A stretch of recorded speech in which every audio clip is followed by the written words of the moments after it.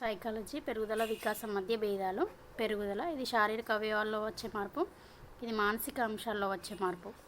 ఇది వ్యక్తి యొక్క పొడవు, ఎత్తు, బరువు మొదలగు అంశాలకు సంబంధించింది. ఇది వ్యక్తి యొక్క ప్రగతిశీలక మార్పులకు సంబంధించింది. ఇది వ్యక్తిలో పరిమాణాత్మక గణాత్మక మార్పులను మాత్రమే సూచిస్తుంది. ఇది వ్యక్తిలో గణాత్మక మార్పులతో పాటు గుణాత్మక మార్పులను సూచిస్తుంది. ఇది సంకుచిత భావన, ఇది సమగ్రమైన విస్తృతమైన భావన. దీన్ని భౌతికంగా గుర్తించవచ్చు, అంటే చూడవచ్చు. ఇది అంతర్గతంగా జరుగుతుంది కావున చూడలేము, కానీ ఫలితాలు కనిపిస్తాయి. దీన్ని నిర్దిష్టంగా మాపనం చేయవచ్చు. ఉదాహరణ వ్యక్తి బరువు. దీన్ని నిర్దిష్టంగా మాపనం చేయలేము, కానీ పరిశీలించి కొంతవరకు అంచనా వేయవచ్చు. అంటే వ్యక్తి నైతికత. పెరుగుదల వికాసంలో ఒక భాగం. వికాసంలో పెరుగుదల ఒక భాగం మాత్రమే. పెరుగుదల జీవితాంతం కొనసాగక శారీరక అవయవాలు పరిపక్వత చెందగానే ఆగిపోతుంది. వికాసం జీవితాంతం కొనసాగే ప్రక్రియ. ఇది శారీరక పెరుగుదల అనే అంశానికి మాత్రమే పరిమితం.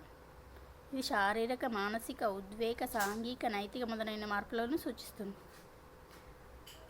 పెరుగుదల వలన వికాసం జరగవచ్చు లేదా జరగకపోవచ్చు. పెరుగుదల లేకపోయినా వికాసం జరుగుతుందని చెప్పవచ్చు. దీనికి ఉదాహరణ ఏంటంటే, ఒక పిల్లవాడు శారీరకంగా లావుగా కనిపించవచ్చు.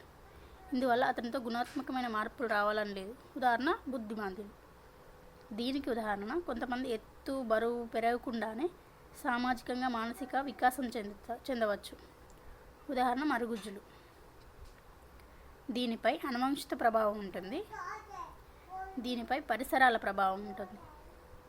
పెరుగుదలకు ఉదాహరణ ఎత్తు, లావు, బరువు మొదలైనవి.